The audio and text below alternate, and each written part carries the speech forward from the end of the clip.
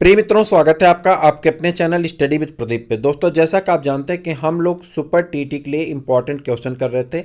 आज हम लोग ईवीएस के 10 महत्वपूर्ण प्रश्नों को करने वाले हैं। उसके पहले आपको एक सूक्ष्म जानकारी दे दें कि जो हमारी लाइव क्लास है उसका थोड़ा सा शेड्यूल चेंज हुआ है। इसके बारे में हम आपको एक वीडियो के माध्यम से बताएंगे।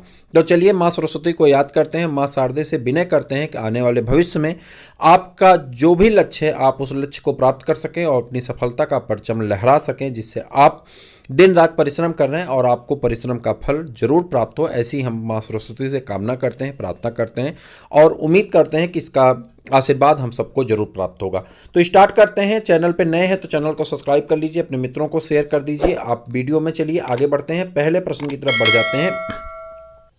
आप सब लोग जानते हैं कि जिन्होंने टिक करके आराम से स्थिरता के साथ अपनी तैयारी को किया, लगन परिश्रम से किया, वो सब लोग सफल हुए। आप भी सफल होंगे। आप बस अपने धैर्य को बनाए रखें, अपनी सफलता के प्रति अग्रसर रहें और दिन रात अपने परिश्रम को उस कारगर बनाएं कि आने वाला जो भी दिवस हो वो आपका विजय दिवस के रूप में साबित हो। जो भी रिजल्ट आए उसमें आप विजय होते हुए आप नजर आए।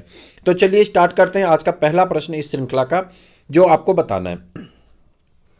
आपको बताना है पारिस्थितिकी निषेध की संकल्पना का प्रतिपादन किसने किया था। देखिए यहाँ पे एक शब्द है पारिस्थितिकी, पहले इसके बारे में समझ लेते हैं। पारिस्थितिकी की बात करें तो इसे हम लोग इंग्लिश में कहते हैं इकोलॉजी। क्या कहते हैं? इकोलॉजी। मैंने बताया आपको कि इकोलॉजी दो अलग अलग जात समूहों से मिलकर के बनती है। हालांकि कहीं कहीं बुक में 3 लिखा रहता है, ठीक है। हम लोग अभी 2 को पकड़ेंगे, ठीक है। एक को कहते हैं अजैविक घटक, इसमें क्या पाया जाता है? अजैविक घटक पाया जाता है। और दूसरे को क्या कहते हैं? जैविक घटक कहते हैं। क्या कहते हैं? जैविक घटक कहते हैं, ठीक है। और तीसरा भी होता है आपका, एक अजैविक घटक होता है, एक जैविक घटक होता है, और तीसरा जो होता है वो आपका हो जाता है ऊर्जा संघटक। कौन होता है? ऊर्जा संघटक होता है, ठीक। लेकिन यहाँ पे प्रश्न कुछ और पूछा जा रहा है, ध्यान से सुनिएगा मेरी बात को और समझने का प्रयास भी करिएगा। देखिए, इकोलॉजी शब्द का प्रयोग सर्वप्रथम किसने किया आपसे पूछा जाएगा तो आप कहेंगे 1935 ईस्वी में इकोलॉजी शब्द का प्रयोग सर्वप्रथम किसने किया था? एजी टांसले ने किया था। किसने किया था? एजी टांसले ने किया था। किसने? एजी टांसले ने इकोलॉजी शब्द का प्रयोग किया था। कब किया था? 1935 ईस्वी में एजी टांसले ने, ठीक। अब अगर हम आपसे पूछ लें कि गहन पारिस्थितिकी यानी डीप इकोलॉजी शब्द का प्रयोग किसने सर्वप्रथम किया था, डीप इकोलॉजी के बारे में आपको बताना है, तो आप कहेंगे डीप इकोलॉजी का प्रयोग सर्वप्रथम किसने किया था? तो आप कहेंगे डीप इकोलॉजी का प्रयोग सर्वप्रथम किसने किया था? अर्नीज नेस ने। किसने किया था? डीप इकोलॉजी, जिसे हम लोग कहते हैं गहन पारिस्थितिकी का प्रयोग किसने किया था? तो आप कहेंगे अर्नीस नेस ने। इन्होंने कब किया था? तो आप कहेंगे 1973 ईस्वी में। कब किया था? 1973 ईस्वी में, ठीक है। 1973 ईस्वी में। अब आ जाते हैं, तीसरा प्रश्न पूछा जा रहा है पारिस्थितिकी निषेध की संकल्पना का प्रतिपादन किया था किसने किया था? तो आपका आंसर हो जाएगा ग्रीनेल ने किया था। किसने किया था? ग्रीनेल ने किया था। आपका सही आंसर हो जाएगा ग्रीनेल ने किया था। और इन्होंने कब किया था? इसे 1917 ईस्वी में, जिसे इन्होंने माइक्रो हैबिटाट भी कहा था। क्या कहा था? माइक्रो हैबिटाट कहा था। माइक्रो हैबिटाट कहा था। किसने? ग्रीनेल ने 1917 ईस्वी में माइक्रो हैबिटाट कहा था। किसको? पारिस्थितिकी निषेध को, ठीक है। चलिए आगे बढ़ जाते हैं अगले प्रश्न की तरफ। अगला प्रश्न है आपका, निम्नलिखित में से कौन सा पारिस्थितिकी तंत्र के संबंध में सही नहीं है, ठीक है। आपको बताना है, यहाँ पे 4 ऑप्शन है आपके, थोड़ा सा छोटा कर देंगे तो आपको ऑप्शन दिखाई पड़ने लगेंगे, ठीक है। कौन सा संबंध में सही नहीं है, आपको यहाँ पे सही नहीं वाला बताना है, कौन सा नहीं है, ठीक है। देखिए, पारिस्थितिकी तंत्र किसी निश्चित स्थान, समय, इकाई के समस्त जीवों तथा भौतिक पर्यावरण का प्रतिनिधित्व करता है, यह बात आपका सही है, ठीक है।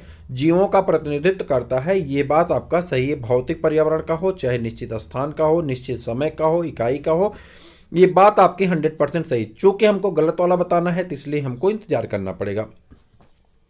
अगला प्रश्न है, यह एक कार्यशील इकाई है, यह बात भी सही है। एक कैसी है? एक वर्किंग इकाई है, यानी कार्यशील इकाई होती है, यह बात आपकी एकदम सही हुई है, ठीक है। अगले प्रश्न की तरफ बढ़ते हैं। अगला जो कोटेशन लिखा गया यहाँ पे, अगला जो है, इसकी अपनी उत्पादकता होती है, ये भी सही है। मैंने कहा 3 तरह के होते हैं, ऊर्जा उत्पादक होते हैं, अजैविक होते हैं और जैविक होते हैं, ठीक है।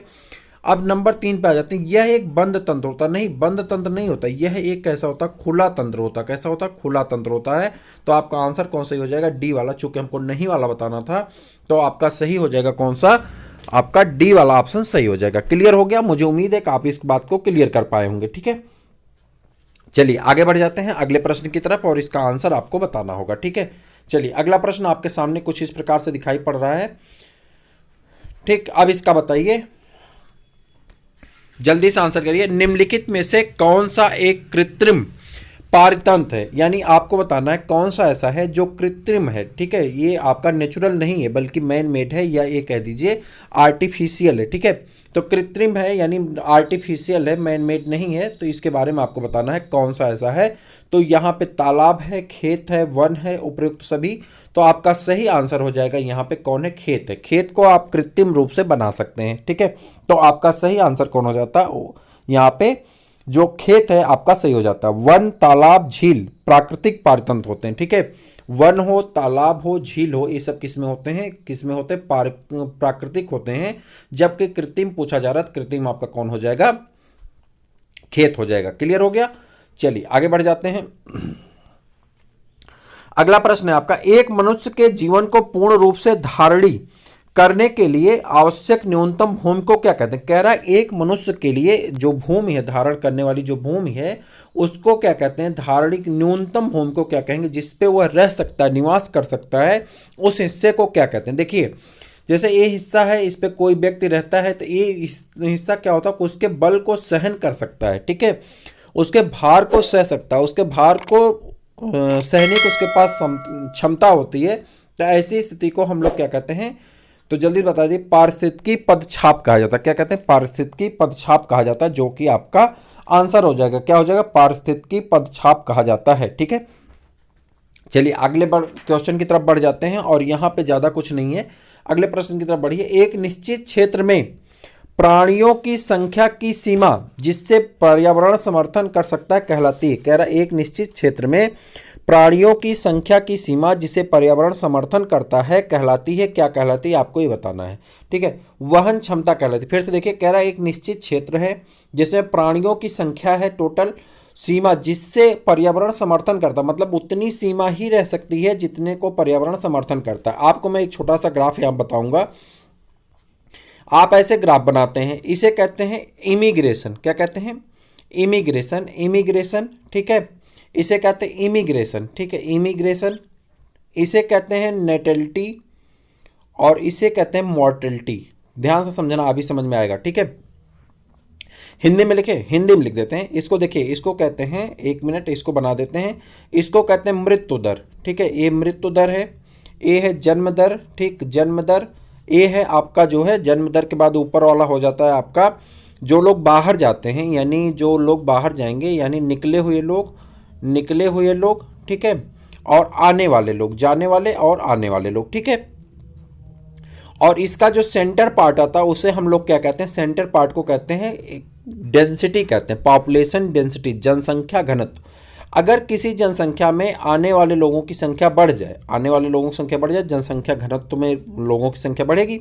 अगर जन्म बढ़े तो लोगों की संख्या बढ़ेगी, मृत्यु बढ़े तो लोगों की संख्या क्या होगी, माइनस में होगी। और लोग यहाँ से अगर निकल के जाएं हमारी जनसंख्या से, तो भी संख्या क्या होगी, माइनस होगी। यानी हमारी संख्या, जो जनसंख्या है, इसमें जन्म लेने वाले और बाहर से आने वाले आकर के हमारी जनसंख्या को बढ़ाते हैं, और जैसे ही हमारी जनसंख्या में से लोग निकल जाते हैं, जनसंख्या घट जाती है। लेकिन यहाँ पे बात पर्यावरण की, पर्यावरण उतने लोगों की ही रखता है जिसकी, जितने लोगों के रखने की उसके पास क्या होती है, क्षमता होती है, जिसे हम लोग वहन क्षमता कहते हैं, ठीक है।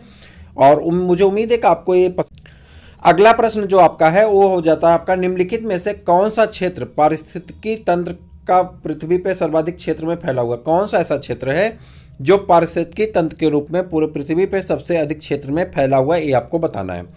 अब यहाँ देखिए, अगर हम पूरे पृथ्वी की बात करें तो पूरे पृथ्वी में 71% क्या है, जल है। और जल का जो सबसे ज़्यादा हिस्सा होता है किस में होता है, समुद्र में होता है, ठीक है, आप जानते हैं समुद्र में होता है, ठीक। अब इसके बाद बचता है 29%। 29 में कहीं पे पर्वत होगा, कहीं पे क्या होगा, मरुस्थल होगा, कहीं पे घास का मैदान होगा, ये बटा हुआ होता है। तो अगर कभी आपसे पूछा जाएगा तो आपका सही आंसर क्या होता है, सामुद्रिक क्षेत्र हो जाता है। क्या हो जाता है, सामुद्रिक क्षेत्र आपका सही आंसर हो जाता है। चलिए आगे बढ़ जाते हैं। निम्नलिखित में से कौन सा विश्व का विशालतम पारिस्थितिकी तंत्र है, तो आपका आंसर हो जाता कौन है, समुद्र। कौन है, समुद्र होता है। सही आंसर हो जाता कौन, समुद्र। निम्नलिखित में से कौन सा एक पारिस्थितिकी संतुलन बनाए रखने में मदद नहीं करता। कह रहा पारिस्थितिकी संतुलन को बनाए रखने में मदद नहीं करता है, नहीं वाला ध्यान देना है। वनों का काटना, देखिए वनों को काटेंगे पारिस्थितिकी संतुलन बनाए नहीं रखेगा बल्कि इसको बिगाड़ देगा। क्या करेगा? बिगाड़ देता है। कौन? वन को कट जाएगा। अगर वन कट जाएगा तो कार्बन डाइऑक्साइड का लेवल बढ़ने लगेगा और ये पारिस्थितिकी तंत्र को बिगाड़ के रख देगा। तो आपका सही आंसर ये हो जाता है, क्योंकि वनों का काटना ये आपका सही हो जाता है। चलिए, भारत में पारिस्थितिकी असंतुलन का निम्नलिखित में से कौन सा एक प्रमुख कारण, कह रहा भारत में पारिस्थितिकी असंतुलन का निम्नलिखित में से कौन सा एक प्रमुख कारण है, आपको ये बताना है। जल्दी बताइए। तो आपका आंसर हो जाता वनोन्मूलन। आपका सही आंसर कौन हो जाता? वनोन्मूलन आपका सही आंसर हो जाता है। निम्नलिखित में से किस कार्य में पारिस्थितिकी संतुलन बिगड़ता है? कह रहा किस कार्य से पारिस्थितिकी संतुलन बिगड़ता है, ये आपको बताना है। कौन सा ऐसा कार्य है जिससे पारिस्थितिकी संतुलन बिगड़ता है? तो आप कहेंगे लकड़ी को काटना, सामाजिक वानिकी, वन महोत्सव या वनारोपण। अब आपको बताना है किससे प्राकृतिक संतुलन बिगड़ता है। तो आपको कहेंगे आपको लकड़ी काटने से जो होता है आपका पारिस्थितिकी संतुलन बिगड़ जाता है।